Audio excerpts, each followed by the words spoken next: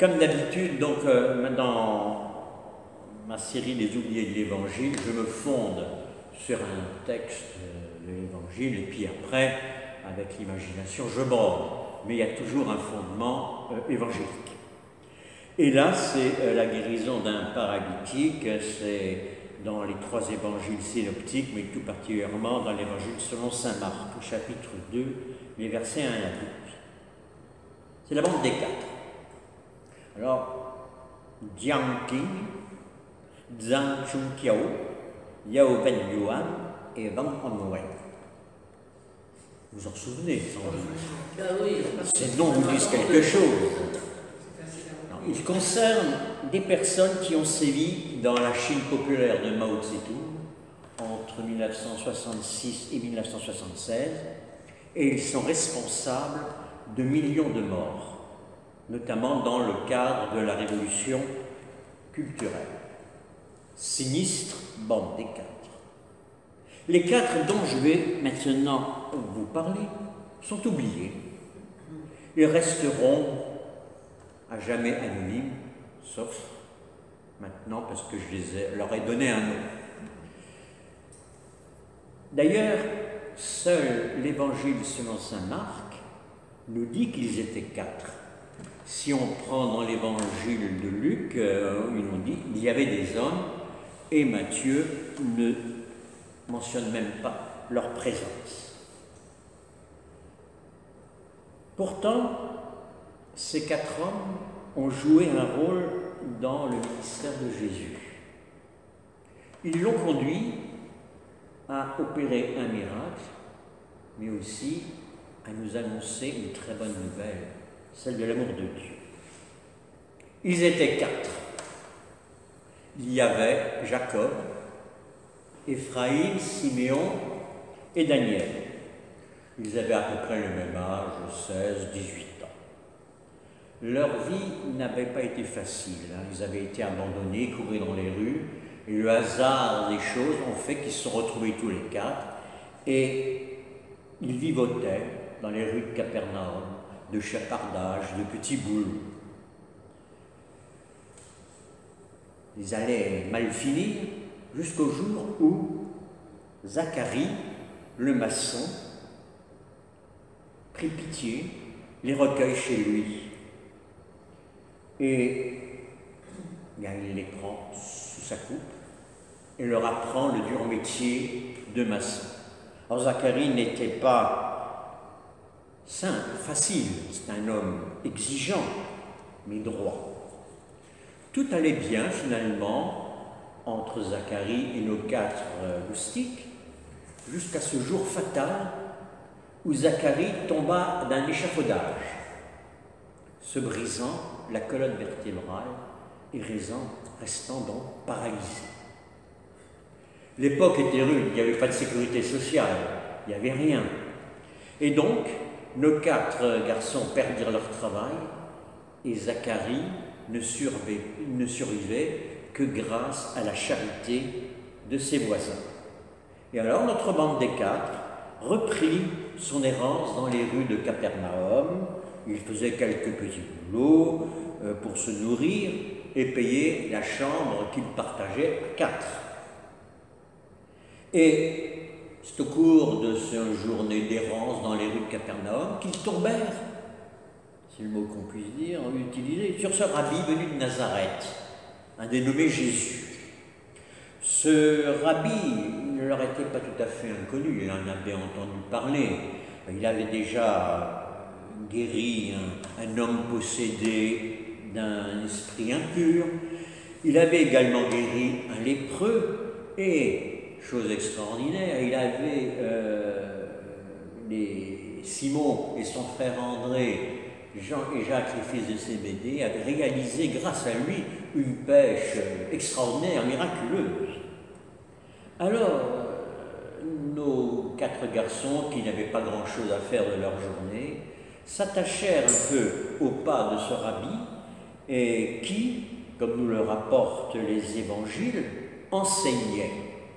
Et des pharisiens, des docteurs de la loi venaient de toute bourgade de la Galilée et de la Judée voire même de Jérusalem pour longtemps. Même si nos garçons avaient un peu la tête en l'air, il n'en restait pas moins que les enseignements de ce rabbi les interpellaient. Et quand Éphraïm apprit que ce rabbi allait se trouver dans une maison proche de leur chambre, il secoua ses copains et leur dit « Pourquoi ne demanderions-nous pas à ce Jésus de guérir Zacharie, lui qui a toujours été bon pour nous? Tu crois que cela est possible? Je ne sais pas, essayons toujours. » Et en 2 temps, 3 mouvements, ils fabriquèrent une civière et allèrent chercher Zacharie.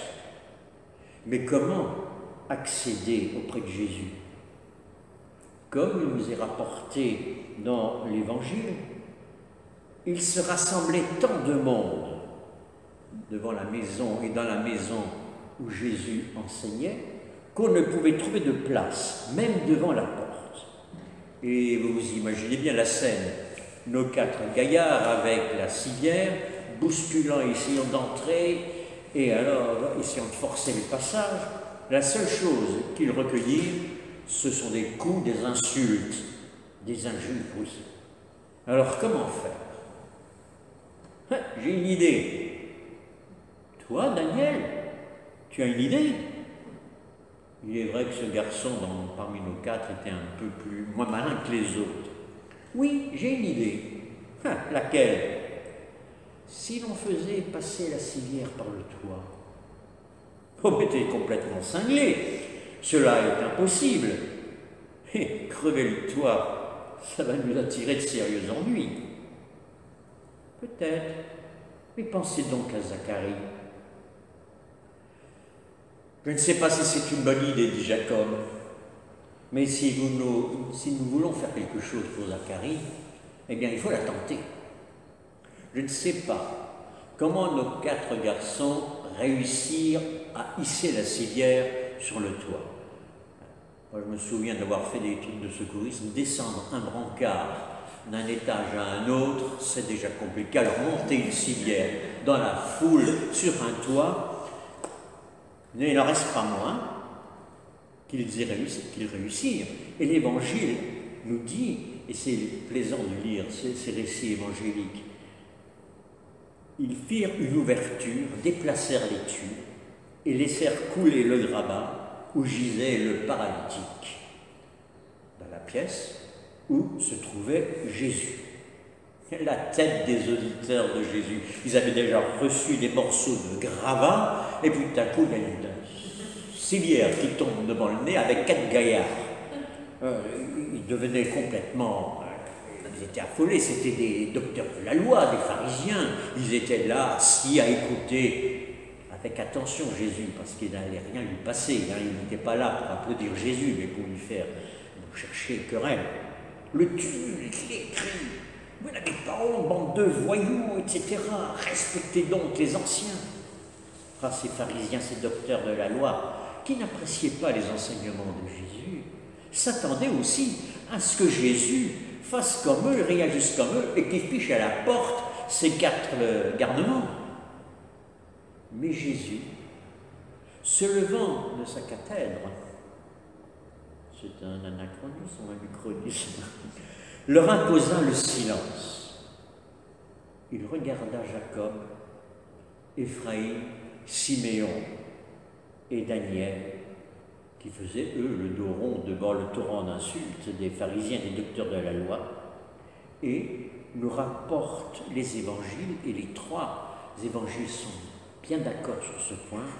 Voyant leur foi, Jésus dit au paralytique, « Homme, tes péchés te sont remis. » Retumulte, hurlement, cris, il blasphème. Qui peut remettre les péchés si ce n'est Dieu seul? Les pharisiens, les docteurs de la loi étaient d'accord là-dessus. Et je cite encore l'Évangile. Or Jésus, pénétrant leur raisonnement, répondit et leur dit, « Pourquoi raisonnez-vous dans vos cœurs? Lequel est plus aisé, de dire « tes péchés te sont remis » ou de dire « lève-toi et marche » afin que vous sachiez que le Fils de l'homme a autorité sur la terre pour remettre les péchés, il s'adressa au paralysé. « Je te le dis, lève-toi, prends ton grabat et retire-toi dans ta maison. » Et Zacharie se leva aussitôt, prit sa civière sous le bras et sortit, fendant la foule au vu de tous. Et la maison se vida d'un coup. Aussitôt les gens suivirent Zacharie. Il ne restait plus que Jésus et notre bande des quatre. Peut-être, dit David, nous pourrions demander aussi à Jésus de faire un autre miracle et de reboucher le trou du toit.